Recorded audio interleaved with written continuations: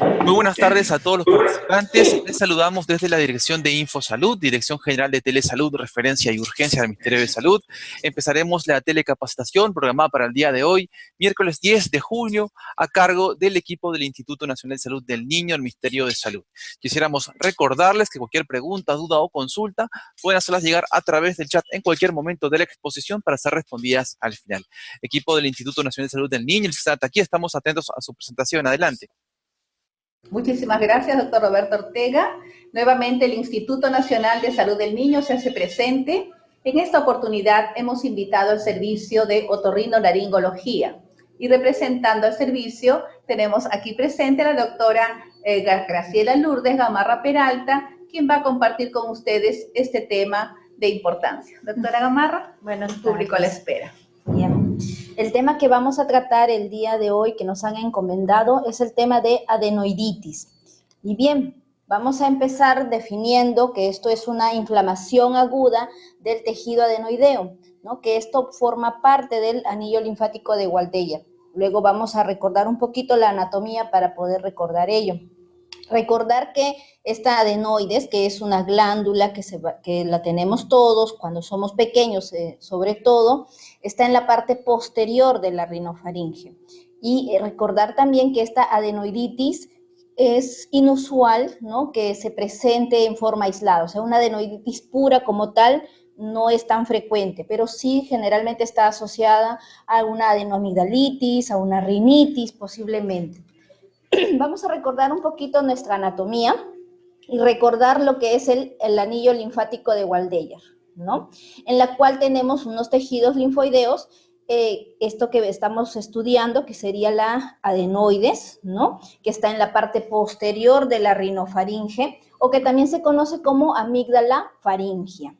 Y las que conocemos comúnmente, que son las amígdalas palatinas, que las tenemos a los costados, que están dentro de nuestro pilar anterior y nuestro pilar posterior, ¿no? El pilar anterior, que es nuestro músculo palatogloso, y el pilar posterior, que es el músculo palatofaringeo, en ambos lados.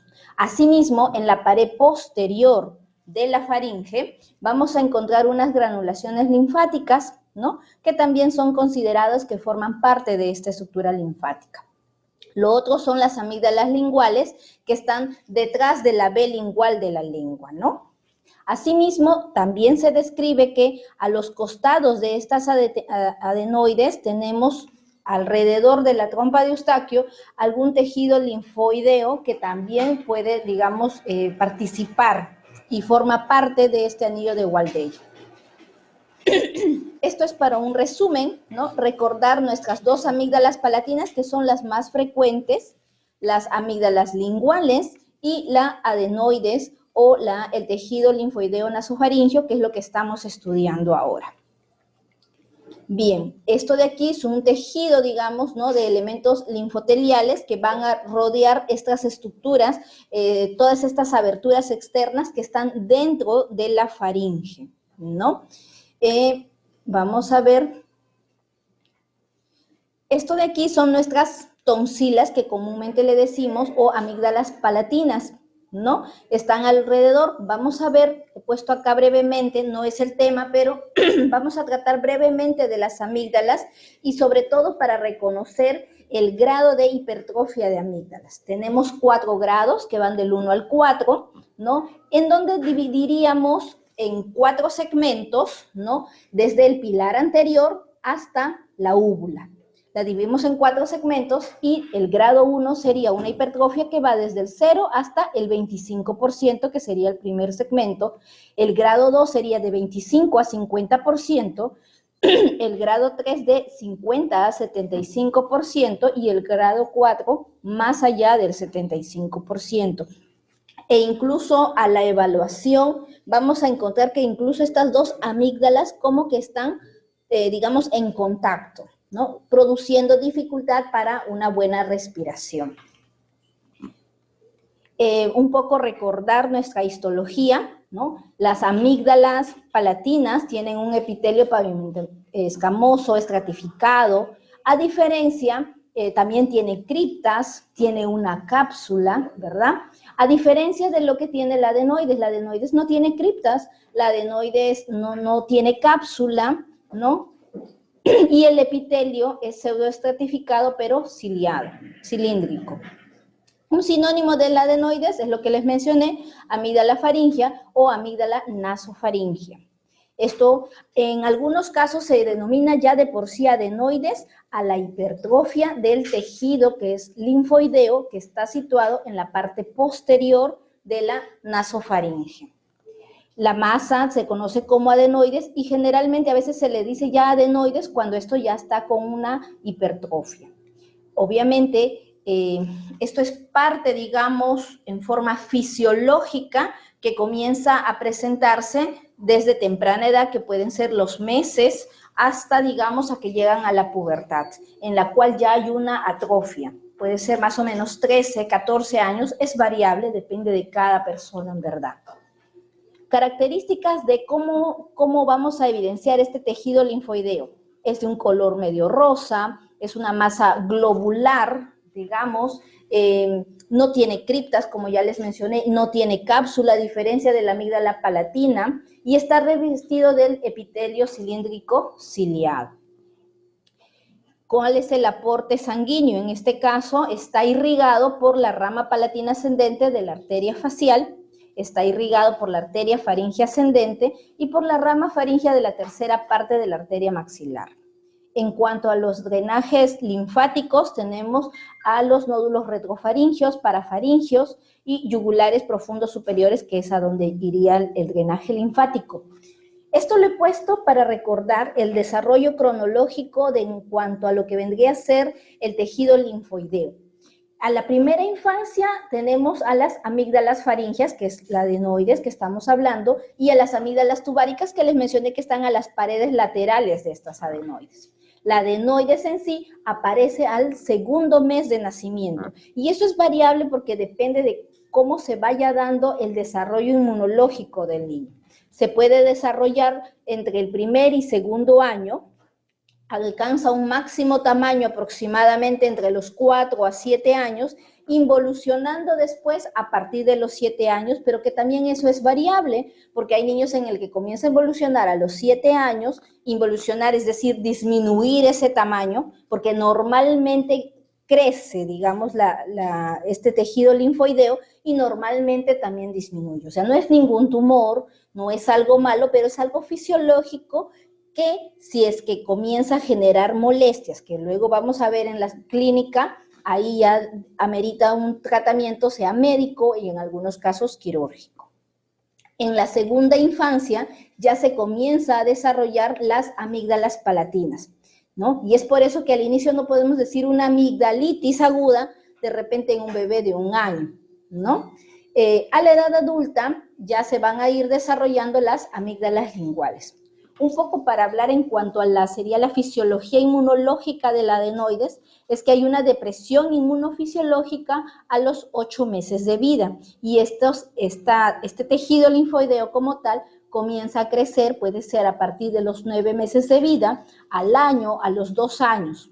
Y eso lo vamos a evidenciar porque vamos a ver dentro de la clínica que va compatible con ello, ¿no? Se acentúa a partir del 3er año de edad, algunos a los 4, ya están activas desde los 4 hasta los 10 años, como les mencioné, es variable, en algunos involucionan a partir de los 7 años de edad, puede ser 8, 9, hasta incluso 10 años de edad. Y ya comienza a atrofiarse a los 13, 14 años. ¿Cuál es la función que tiene este tejido linfoideo? Tiene una inducción de la inmunidad secretora, nos ayuda con la producción de la inmunoglobulina A, es nuestra primera barrera de defensa de nuestro sistema inmunológico.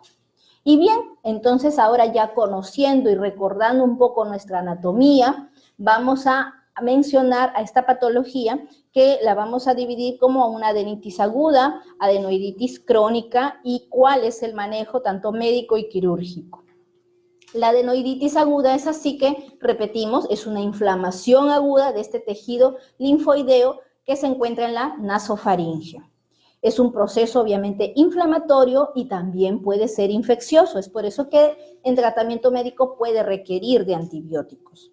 Se puede clasificar, sea si es que esto es solo una adenoiditis por infección o que es solo una adenoiditis por una hipertrofia, ¿no? Que ocurre en forma fisiológica. Esto es más frecuente en los niños de una etapa preescolar y en la etapa escolar. Generalmente, como les mencioné al inicio, ¿no? Se acompaña de una amigdalitis aguda. Puede ser también secundaria a un simple resfriado y nos vamos a ir dando cuenta de esto en la clínica. ¿Cuál puede ser su etiología? Puede ser bacteriana, puede ser viral. Dentro de los virus, los más frecuentes, rinovirus, adenovirus. Dentro de las bacterias puede ser el neumococo, puede ser Staphylococcus aureus, Haemophilus influenzae, Moraxella catarrhalis, ¿no? Streptococcus pyogenes también. Y dentro de los síntomas vamos a mencionar los síntomas locales que tendrían a ser propiamente desde el punto de vista de otorrino, ¿no? En la que el niño va a tener una obstrucción nasal, es decir, si esta glándula adenoidea que está en la parte posterior de la nariz, en la nasofaringe, comienza a crecer o a inflamarse, obviamente no va a permitir el adecuado pase del aire hacia los pulmones. Nosotros respiramos por la nariz y esto debería de llegar a los pulmones. Pero ¿qué pasa si hay una obstrucción acá, sea por una inflamación, sea por una hipertrofia o por una infección? Entonces, al haber esta obstrucción, el niño no puede respirar por la nariz, que es lo que normalmente hace. Entonces, comienza a respirar por la boca. En las noches comienza a producirle ronquidos. Puede tener una voz hiponasal, le decimos, o una rinolalia cerrada, ¿no? Puede también tener rinorreas, frecuentemente sea blanquecina, amarillenta, e incluso descarga posterior, que le decimos, que es cuando el moquito, le revisamos la faringe y vamos a ver que el moquito está colgando ahí, ¿no? Y esto puede ser por una adenoiditis. Hay problemas a veces incluso de sangrado, porque algunos pacientes que pueden tener varices septales se ven afectados por este tipo de inflamación, incrementa la presión endonasal produciendo sangrado. Puede haber también una hipoacusia de tipo conductiva, debido a que esta adenoiditis crece tanto, y recordar que a los laterales están las trompas de Eustaquio, que lo mencionamos al inicio. Entonces, debido a esta inflamación o esta hipertrofia, se pueden obstruir estas trompas de Eustaquio, generando una hipoacusia conductiva y favoreciendo que se forme o una otitis media aguda o una otitis media serosa, ¿no? Puede también ocurrir, obviamente, adenopatías cervicales, las otitis medias que les mencionaba, la fascie que conocemos, ¿no? La fascie adenoidea. Luego la vamos a describir con más detenimiento. Otros síntomas ya a nivel general puede ser un poco de anorexia, letargia en el niño, pobre desarrollo físico y mental. ¿Y esto por qué se da? Porque el niño que no está respirando bien por la nariz y que está roncando por las noches, que incluso puede llegarme a ser un síndrome de apnea obstructiva del sueño, pues este niño no está descansando bien. Y si no me está descansando bien, al día siguiente, pues va a tener un pobre desarrollo mental, ¿no? Otros signos indirectos puede ser que tengan un pecho de paloma, un abdomen un poco protuberante. Es lo que mencionaba, el niño cuando duerme está con la boca abierta y roncando, ¿no? Presentando ronquidos nocturnos. El sueño lamentablemente se ve interrumpido en algunos casos, cuando también incluso puede presentar síndrome de apnea obstructiva del sueño. La boca generalmente está así, entreabierta, ¿no? Y vamos a observar aquí la fascie adenoidea. ¿Cómo es esto? Los ojos hundidos, ¿no? Es un niño que no descansa bien en las noches, la nariz también un poco afilada, la boca entreabierta. Revisamos la orofaringe y vamos a ver un paladar ojival, un arqueado alto, un arqueado alto.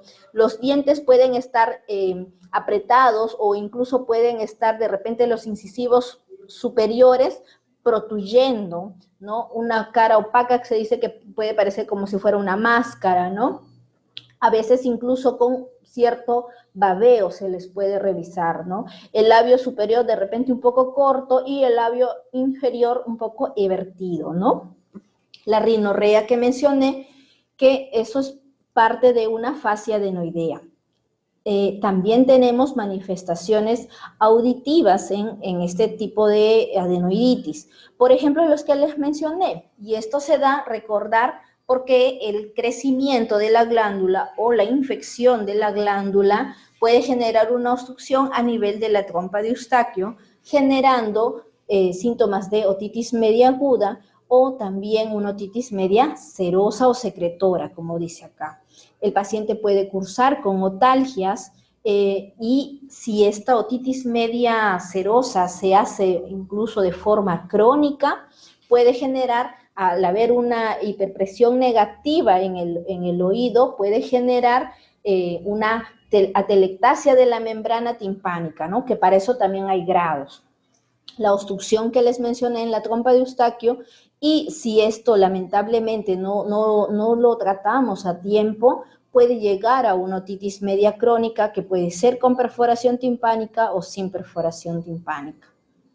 ¿Cómo vamos a llegar al diagnóstico? Siempre nos basamos en la clínica. La clínica es lo que mencionamos al inicio, obstrucción nasal, porque este tejido está obstruyendo la vía respiratoria, ¿no? Una obstrucción nasal puede tener rinorrea, vamos a de repente ver a la otoscopía tímpanos retraídos, que esto ya también es un factor que está agravando esta adenoiditis, y también nos valemos de imágenes, ¿no?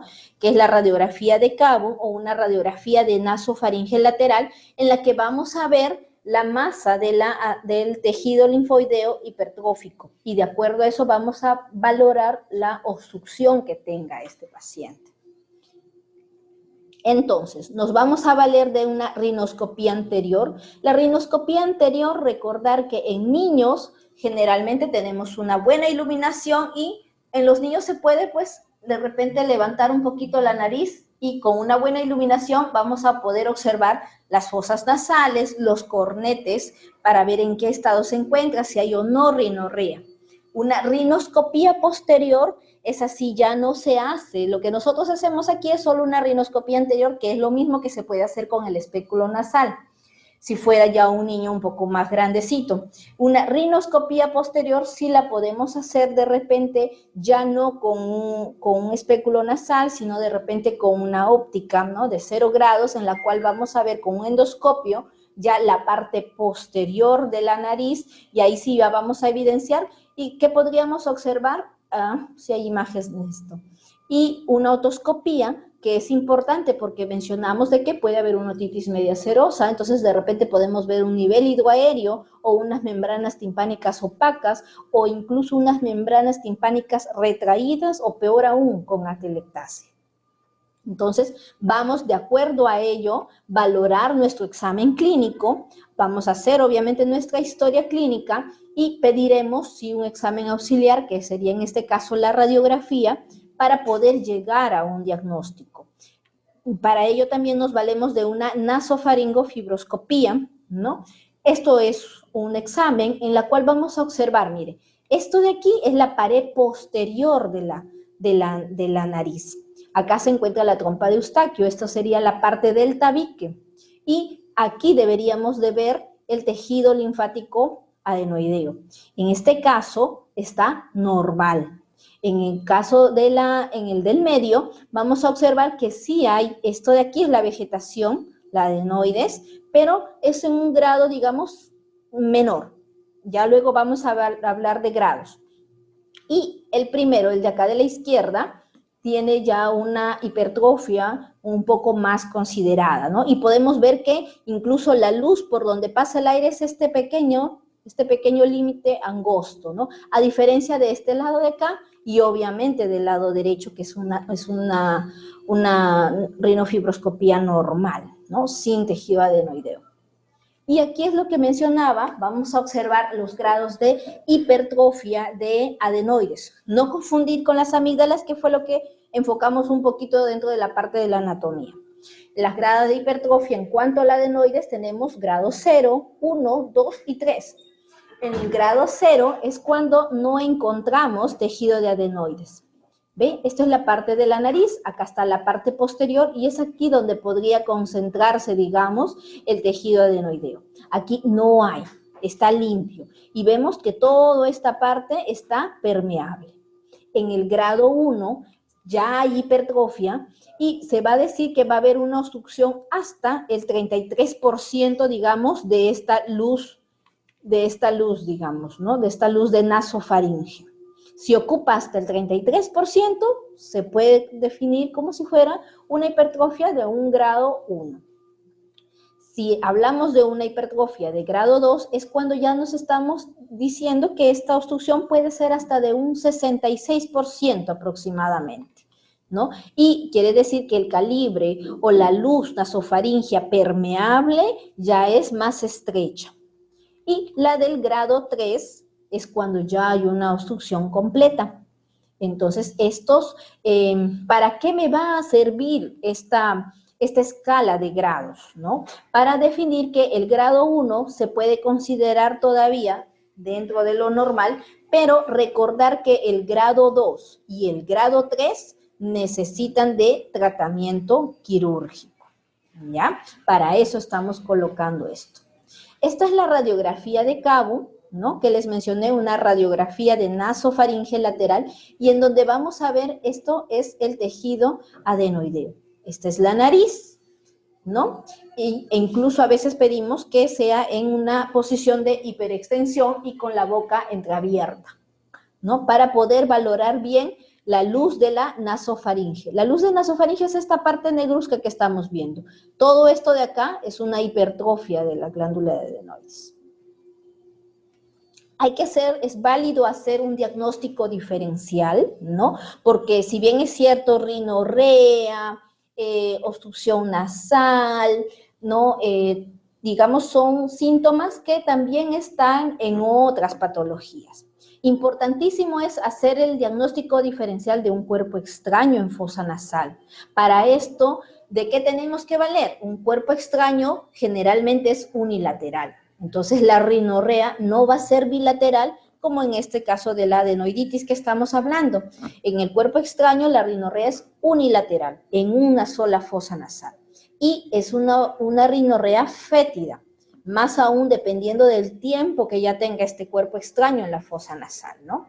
Y solo para recordar, una pila alcalina en fosa nasal es una emergencia. Esa pila tiene que salir inmediatamente, ni bien nos enteremos que está ahí. ¿Por qué? Porque trae secuelas, que puede ser una nariz sencilla de montar, generando problemas, digamos, para respirar por la nariz, ¿no? En forma adecuada. Una breve acotación por ahí. También es un mal hábito respiratorio. Hay algunos niños que por algún problema en la arcada dentaria o a veces que ya se hacen respiradores bucales por una adenoiditis que de repente no necesite de un tratamiento quirúrgico, pero se han acostumbrado a respirar por la boca, también pueden estar asociados con ellos, tratándonos de simular, ¿no? Una atresia de Coanas, que obviamente dependiendo de si es unilateral, bilateral, membranoso u óseo, esto de repente lo podemos detectar incluso ni bien ha nacido el pequeño, si es que fuera bilateral, siempre probar con una sondita de Foley también. La desviación del tabique, eso es válido y es por eso que tenemos que hacer bien nuestra rinoscopía anterior, ¿no? Porque si hay una desviación septal para un lado, es posible que vamos a observar cierta dificultad respiratoria que si el niño se resfría, se agrava un poco más, ¿no? Dependiendo de qué tipo de desviación septal sea, ¿no? Una hiperreactividad bronquial, una rinitis alérgica que puede ser matutina, nocturna, es una rinorrea más transparente, con una dificultad respiratoria de repente alternante, ¿no? Una tumoración de fosa nasal, ver que de repente aquí la rinorrea ya es un poco más fétida, más maloliente, más purulenta, de repente incluso asociado a sangrado, ¿no? En donde podemos de repente hacer parte de nuestro diagnóstico diferencial una nasongiofibroma, ¿no? Que también es frecuente y recordar en varones, ¿no? Algunas Complicaciones de esta adenoiditis aguda puede ser, bueno, que queda la fascia adenoidea, lo que mencionamos, ¿no? Las complicaciones son básicamente a nivel de oído, otitis media serosa, una otitis media aguda que se haga en forma recurrente, una rinolalia, que es la voz hiponasal, y también una sinusitis crónica, ¿no? El síndrome de apnea obstructiva del sueño es algo que puede estar ahí, digamos, latente y que nos podría de repente sí generar preocupación, una preocupación sobre todo para los padres, ¿no? Porque el niño de repente está roncando en la noche y de pronto hace una pausa, ¿no? Está y de pronto y no respira, no ventila. Entonces, ¿eso puede ser de peligro? Sí puede ser de peligro, porque son segundos en los cuales no se está oxigenando nuestros órganos vitales, generando, digamos, en algunos casos, daños o peligros de mortalidad incluso, ¿no? También, lamentablemente, nos genera una disminución, como les mencioné, en el desarrollo mental y físico, porque es un niño que lamentablemente pues no duerme bien. En cuanto al tratamiento, tenemos obviamente el tratamiento médico, el tratamiento quirúrgico. En cuanto al tratamiento médico, recordar que siempre es importante una buena nutrición, ¿no? Se tiene que dar a veces antibióticos, sí, puede ser desde los más básicos, penicilina o amoxicilina. Si son alérgicos a las penicilinas, utilizar algún tipo de macrólidos. Analgésicos tipo antiinflamatorios, también se puede dejar paracetamol de 10 a 15 miligramos kilodosis, se puede indicar.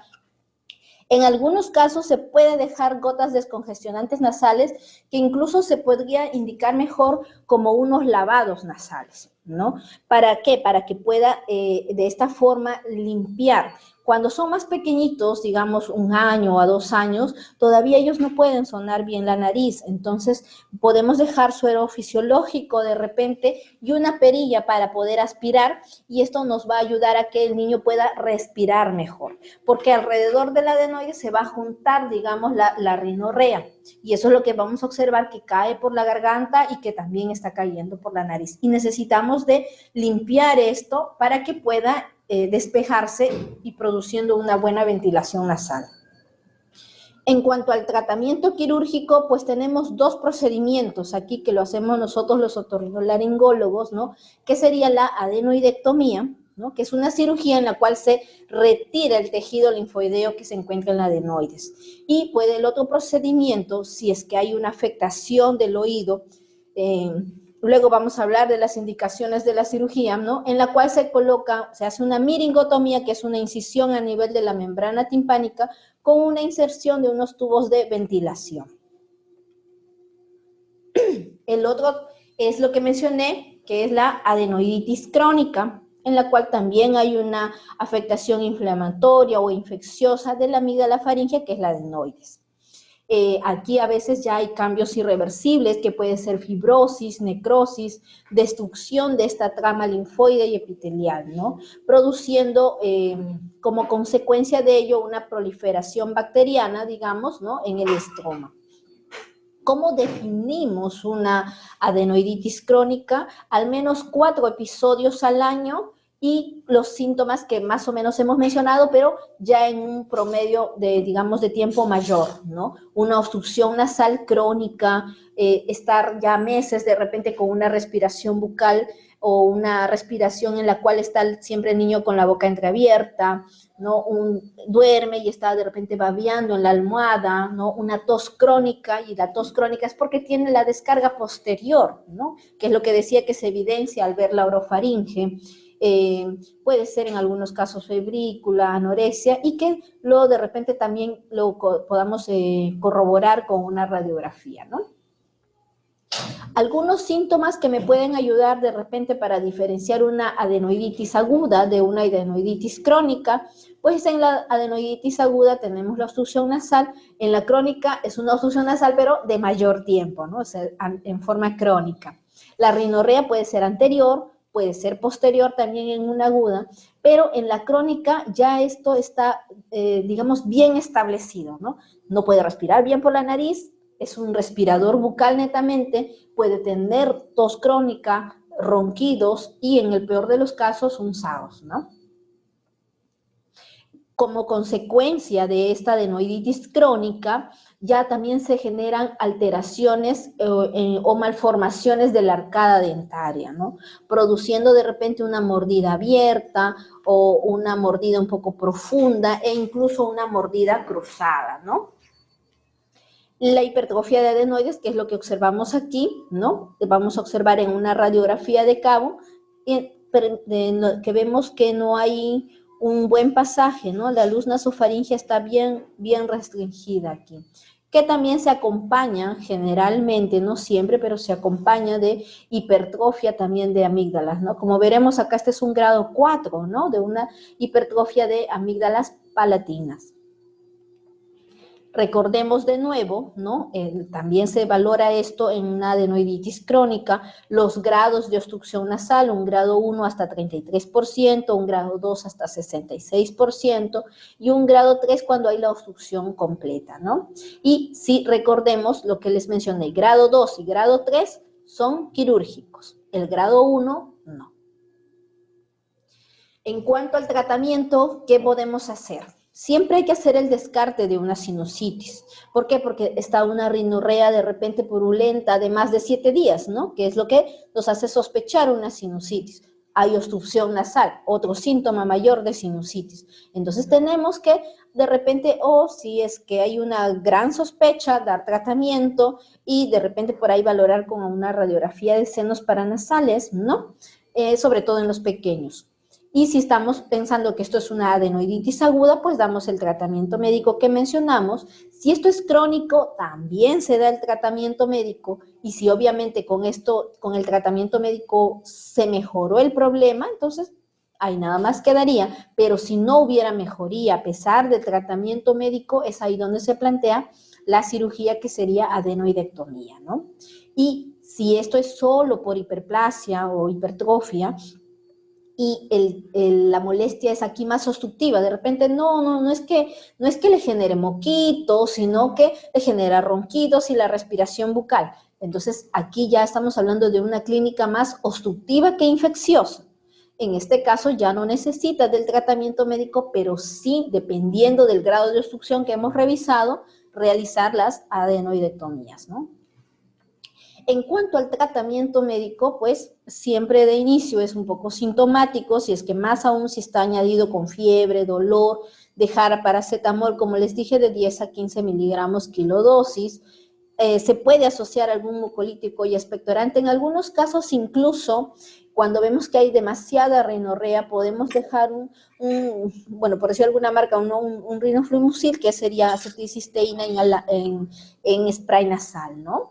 Y si esto es obviamente una infección, tenemos que dar, como les mencionamos, el antibiótico, ¿no? Puede ser desde penicilina y sus derivados, puede ser amoxicilina, y el tratamiento sí tiene que ser por 7 días, ¿no? Si es alérgico para las penicilinas, dejamos macrólidos. Siempre tener una buena nutrición, una buena hidratación y realizar los lavados nasales que le mencioné, que pueden ser cloruro de sodio, ¿no? En la cual nos va a facilitar, digamos, el despliegue de esta rinorrea, favoreciendo una mejor respiración nasal. En algunos casos podemos recurrir a algún vasoconstrictor, incluso asociado a un antihistamínico, pero recordar que esto no se puede exceder el uso, ¿no? Dentro de los antihistamínicos está la loratadina. En algunos estudios menciona que los antihistamínicos de segunda generación son los que mejor van para los niños, ¿no? Que ahí está levocetiricina, cetiricina, ¿no? Manejo de la alergia, si es que también estamos con un paciente que está asociado a cuadros alérgicos, se le tiene que dar su manejo de alergia, manejo de una malnutrición y si hubiera algún problema inmunológico también. El otro tratamiento es el tratamiento quirúrgico, que lo voy a explicar más someramente, ¿no? Para que tengamos conocimiento también de esta cirugía, ¿no? La adenoidectomía es una cirugía, como les mencioné, en la cual vamos a retirar este tejido linfoideo que está en la nasofaringe, en la parte posterior, ¿no? Y hay indicaciones. Las indicaciones es pues que haya una hipertrofia adenoidea que esté generando clínica de obstrucción, que puede ser ronquidos, que puede ser la respiración bucal, el síndrome de apnea obstructivo del sueño o incluso alteración para el lenguaje, ¿no? Esa es una rinolalia cerrada que les mencioné. Puede tener también otra indicación si es que ya está haciendo una rinosinusitis en forma recurrente, una otitis media crónica serosa, también que esté asociada a una hiperplasia adenoidea. Porque, como les mencioné, esta hiperplasia crece tanto que obstruye la trompa de Eustaquio y esto me favorece una otitis media secretoria, que ya es parte de una complicación de una adenoiditis o de una hiperplasia adenoidea. Entonces, en esos casos necesitamos hacer una adenoidectomía. En una rinosinusitis también. ¿Por qué? Se dice que en menores de 6 años, si el niño tiene de repente, póngase una pansinusitis, antes de hacer obviamente se intenta el tratamiento médico y si no funcionara el tratamiento médico y entonces estamos pensando que esto es una sinusitis crónica, pues lo indicado es hacer una cirugía endoscópica nasosinusal, ¿no? Para liberar estos senos paranasales de las secreciones que tenga. Pero está descrito que tenemos que hacer, antes de hacer la cirugía endoscópica nasal, tenemos que hacer una adenoidectomía, sobre todo si estamos en menores de 6 años. Otra indicación es la descarga recurrente del oído en una otitis media crónica serosa, ¿no? Que está benigna, pero asociada a una adenoiditis o a una hiperplasia adenoidea, si ya están con alteraciones en la arcada dentaria. Obviamente, sí es bueno remarcar esto, ¿no? La adenoidectomía, la cirugía, no va a corregir las alteraciones dentarias, pero sí va a, digamos, prevenir que vuelva a recurrir después de ya haber dado un tratamiento de ortodoncia, ¿no?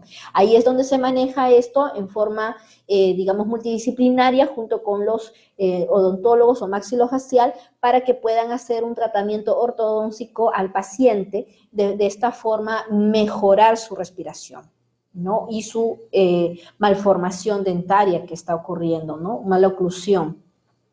¿En qué caso sí está restringido? Obviamente en el caso que haya alguna enfermedad sistémica que pues lamentablemente no nos permita realizar la cirugía, en el caso de que hayan, digamos, problemas de coagulación, una diátesis hemorrágica, en el caso de una fisura o un paladar hendido también, en el caso de que haya una úvula bífida, porque puede generar como secuela de repente una alteración en cuanto a la emisión de la voz y obviamente si hay una infección del tracto respiratorio superior agudo, está contraindicado, ¿no?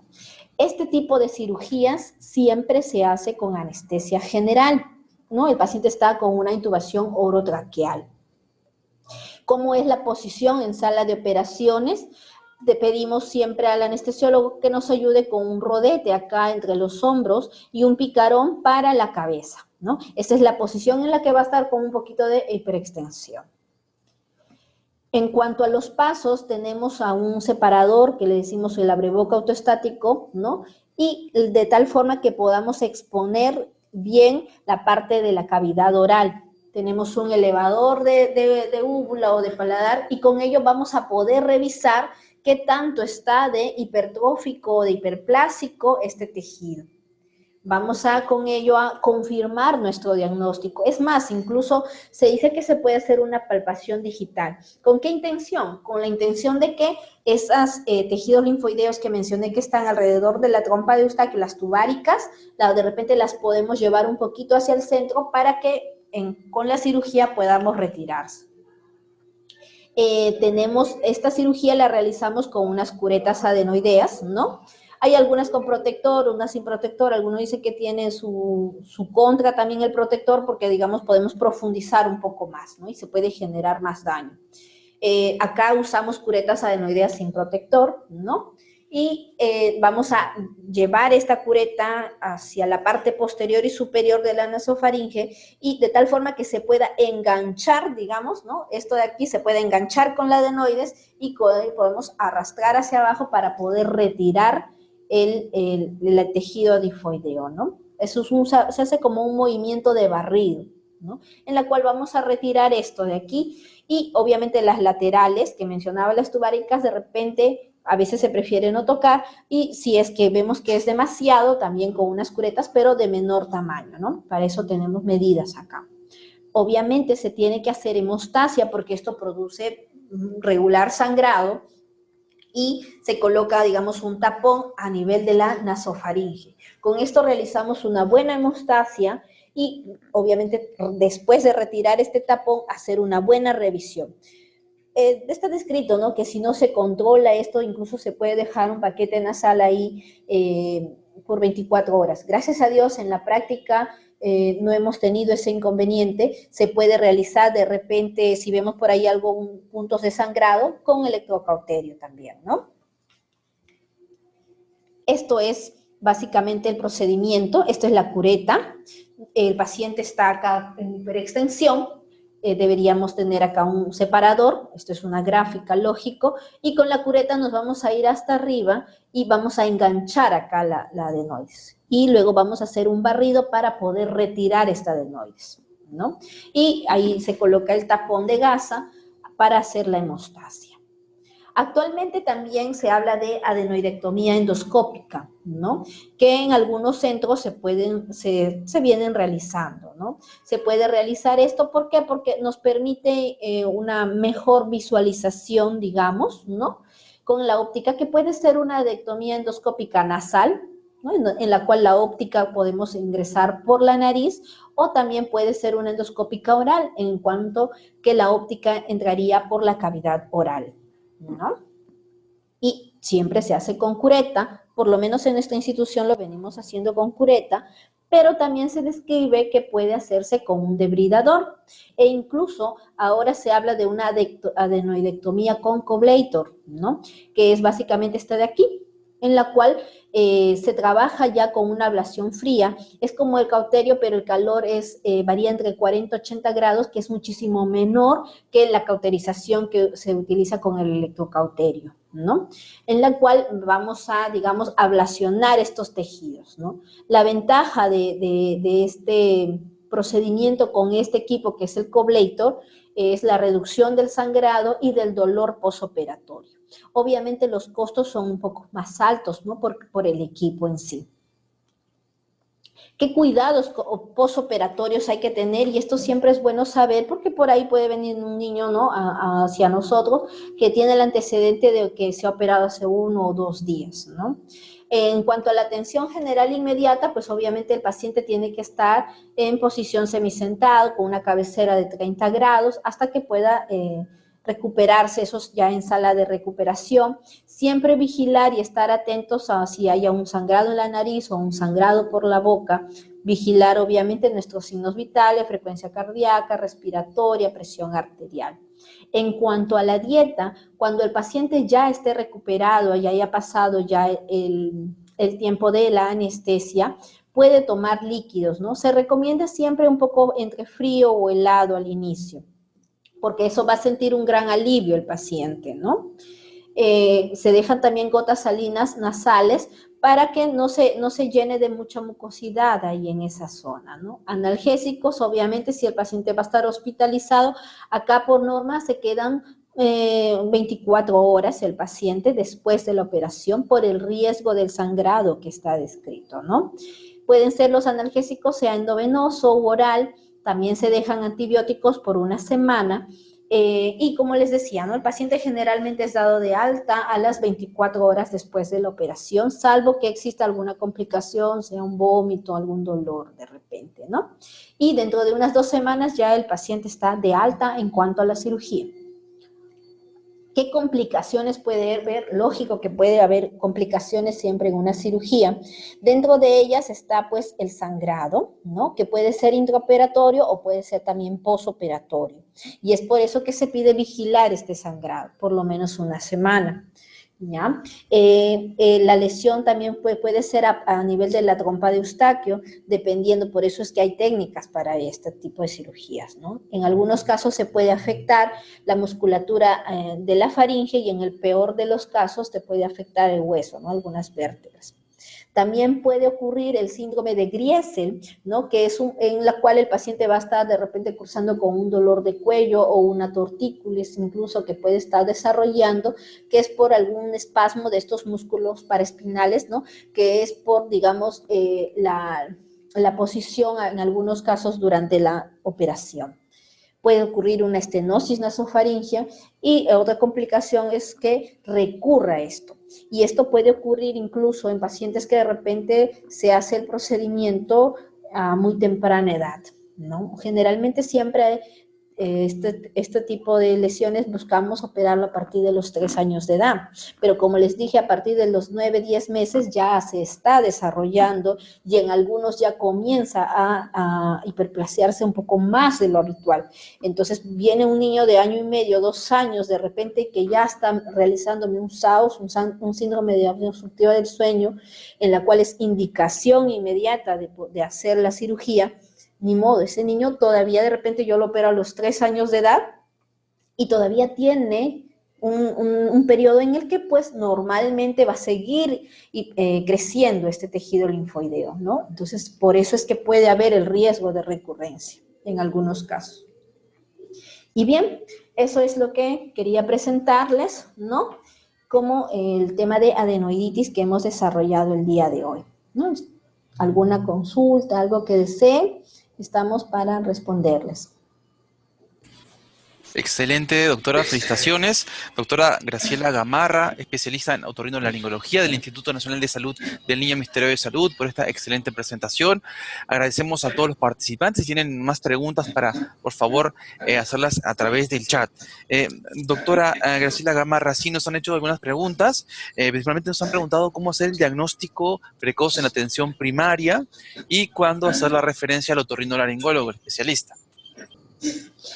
Sí, vamos a tener que referirlo si es que mencionamos los síntomas, ¿no? Obstrucción nasal, que el paciente no pueda respirar bien por la nariz, que tenga una respiración bucal, en la consulta lo vemos al bebé y está con la boquita entreabierta, ¿no? Que de repente tenga ronquidos nocturnos y en el peor de los casos si tiene apneas, ¿no? O sea, unas paradas, unas pausas respiratorias en las noches, inmediatamente tiene que venir hacia nosotros, porque ese niño, ese es el requisito importantísimo que tiene que operarse, ¿no? Y si ya por ahí vemos que incluso no está escuchando bien, ¿no? Que ya de repente está alterando incluso el lenguaje, porque los niños si escuchan bien, ellos van a desarrollar su lenguaje, pero si no escuchan bien, entonces, posiblemente por ahí no van a poder hablar bien o si ya están yendo a la escuela no van a escuchar del todo bien y la maestra va a decir a la mamá que no está escuchando bien, ¿no? Entonces, si ya hay alteraciones en cuanto a la audición, también tienen que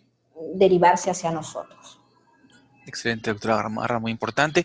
Nos han preguntado también sobre cómo realizar la prevención, prevenir que se produzca entonces la adenoiditis crónica.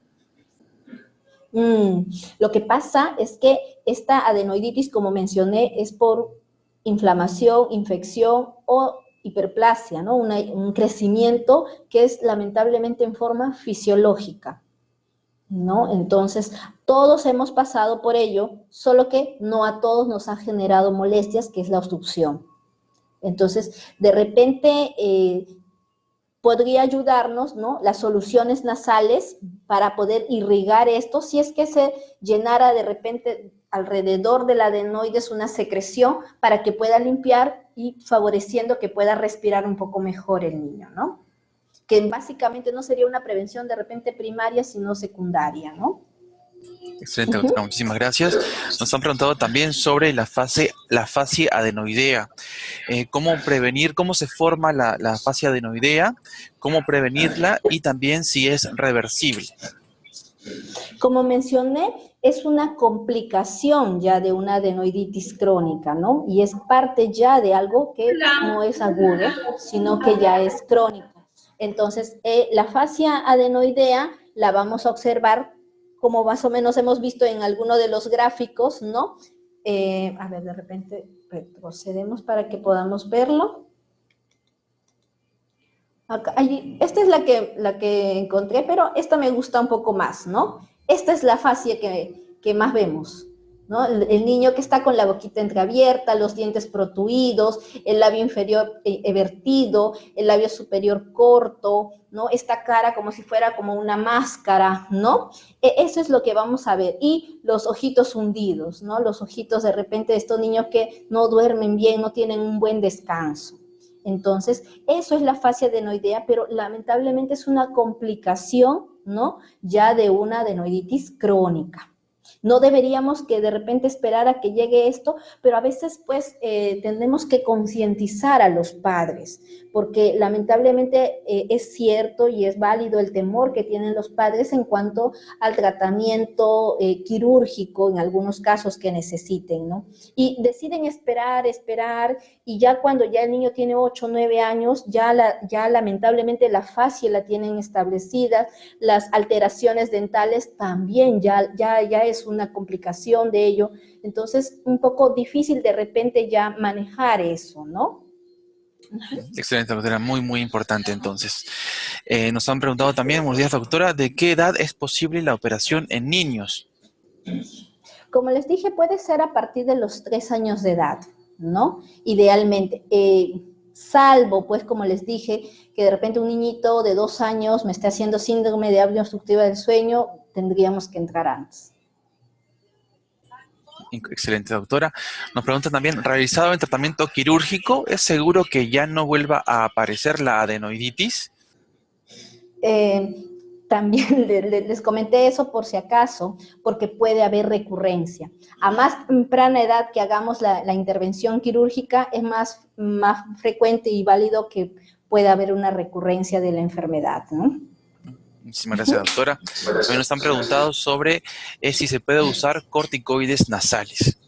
Sí, eso utilizamos, por eso les decía como tipo vasoconstrictores, ¿no? Utilizamos eso incluso en el preoperatorio y también en el posoperatorio. Importantísimo, doctora, muchísimas gracias. Bien, doctor, este tema es muy interesante, muy importante, cómo lo ha desarrollado, muchísimas gracias. ¿Algunas recomendaciones finales sobre el tema, principalmente dirigido a la atención primaria en salud? Sí, bueno, en cuanto a nuestros médicos, digamos, de atención primaria, esto es una patología, como les mencioné, muy frecuente en los niños y que no deberíamos de esperar a que ya estén con problemas para la audición y con problemas dentarios, ¿no? Recordar que esto no solo lo ve el otorrino, sino es un manejo multidisciplinario también, ¿no? Entonces, necesitamos que si ven que hay una descarga posterior, ver la faringe y vemos que hay moquitos ahí que están, digamos, colgando, ¿no? De la nariz. Esto puede ser que nos esté hablando de una adenoiditis o de una hipertrofia adenoidea. Por ahí pedirle alguna radiografía de cabo y si no estamos seguros, pedir que nosotros lo veamos para poder valorar el nivel de la obstrucción que tenga, ¿no? Para poder darle el tratamiento médico y con eso de repente esperar a que esto no crezca. Lo de los corticoides nasales lo dejamos. ¿Por qué? Porque con esto en el mejor de los casos se mantiene en ese tamaño o incluso a veces puede involucionar un poco. Entonces, eso nos puede ayudar a que de repente no se termine de seguir desarrollando o progresando la enfermedad y convertirse en una adenoiditis crónica. Y eso nos podría ayudar a nosotros y a ustedes mismos también, que se puede manejar, sea con fluticasona en spray nasal, sea mometasona en spray nasal, dependiendo. Recordar que en los niños a veces se prefiere utilizar fluticasona, ¿no? Y ya dependiendo si ya tengan más de 2, 4 añitos, ya se podría de repente iniciar con mometasona, ¿no? Excelente, doctora Graciela Gamarra. En el chat los participantes le agradecen y felicitan por su exposición y la esperamos en próximas telecapacitaciones. Muchísimas gracias a usted. Un gran aplauso para usted. Gracias.